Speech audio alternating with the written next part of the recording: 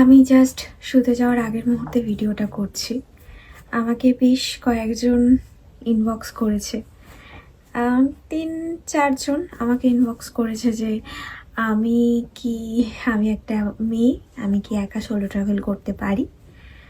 তো আমার মনে হয় শুধু এই 3-4 জন নয়, 3-4 জনের বাইরেও আরও অনেক মানুষ আছে, আরও অনেক মেয়ে আছে যাদের সবার মনেই একই প্রশ্ন যে তারা কি সোলো ট্রাভেল করতে পারে একা একা। তো যারা প্রশ্ন করেছে এবং যাদের মনে প্রশ্ন আছে তাও প্রশ্ন করতে পারিনি, তাদের জন্য আমি কিছু আমার পয়েন্ট অফ ভিউটা আমি বলছি। সেটা হলো, দেখো, পৃথিবীর কোনো জায়গায় তোমার জন্য সেফ না, তোমার বাড়িটাও তোমার জন্য সেফ না। আমি জানি না, হয়তো আমি ভুল, হয়তো কেউ মনে করে যে তার বাড়িটাও তার কাছে সেফ, কিন্তু আমার মনে হয় যে প্রত্যেকের বাড়ি যে প্রত্যেকের কাছে সেফ এটা কিন্তু নয়।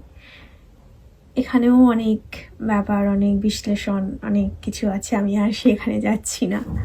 কিন্তু যেটা মেন বিষয় সেটা হলো যে তুমি যদি সোলো ট্রাভেল করতে চাও, তোমাকে আগে মানুষের বডি ল্যাঙ্গুয়েজ বুঝতে হবে, মানুষের চোখের ভাষা বুঝতে হবে। এই জিনিসটা কিন্তু তোমাকে কেউ শেখাবে না। এই জিনিসটা তুমি তোমার জীবনে যত মানুষের সাথে মিশেছো, যত মানুষের সাথে কথা বলেছো, সেই কথা বলার অভিজ্ঞতার দরুন তুমি যতটুকু অর্জন করেছো তার ওপর নির্ভর করে এইটা তোমাকে বুঝতে হবে যে সেই মানুষটা কি তোমার জন্য ঠিক অথবা সেই মানুষটা তোমার জন্য ঠিক নয়। দ্বিতীয় কথা হচ্ছে যে কোনো মানুষ যদি তোমার ওপর জোর করে যে এখানে চলুন ওখানে চলুন, জোর করলে সেখানে কোনোভাবেই যেও না। 3 নম্বর ব্যাপার হচ্ছে, সবসময় চেষ্টা করো দিনের আলোতে ঘোরা।